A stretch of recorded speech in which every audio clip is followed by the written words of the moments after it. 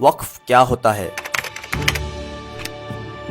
वक्फ की तारीख कुछ यूं है कि मुसलमानों के खलीफा हजरत उमर को खैबर की जंग में फतेह हासिल हुई और वहां से एक जायदाद आई थी। हजरत उमर ने प्रॉफेट मोहम्मद से पूछा कि मैं इसका बेहतरीन इस्तेमाल करना चाहता हूँ। प्रॉफेट मोहम्मद ने कहा कि इस जायदाद को वक्फ कर दो, यानी रोक दो बिकने से, रोक दो इनहेरिटेंस से, रोक दो एक्सचेंज से, गिफ्ट से, और इसका जो भी फायदा होगा वो जरूरतमंदों के इस्तेमाल के लिए होगा। पूरे हिंदुस्तान में रेलवे के बाद सबसे ज्यादा प्रॉपर्टीज वक्फ बोर्ड के पास है। इन औकाफ की तादाद 8,70,000 से भी ज्यादा है। जब कोई जायदाद अल्लाह के नाम से वक्फ कर दी जाती है तो वो क़यामत तक अल्लाह के नाम से वक्फ हो जाती है। इन जायदाद की खरीद व फरोख्त नहीं की जा सकती है, इसी को सिर्फ लोगों की भलाई के लिए इस्तेमाल किया जा सकता है। हिंदुस्तान के सुप्रीम कोर्ट ने अपने दिए हुए फैसले में कहा था कि एक बार जो जायदाद वक्फ हो जाती है वो हमेशा वक्फ ही रहती है, फिर उसमें कोई बदलाव नहीं किया जा सकता। इन सभी औकाफ की जायदाद को अगर ठीक से इस्तेमाल में लिया गया तो हम सभी के लिए बहुत फायदेमंद होगा।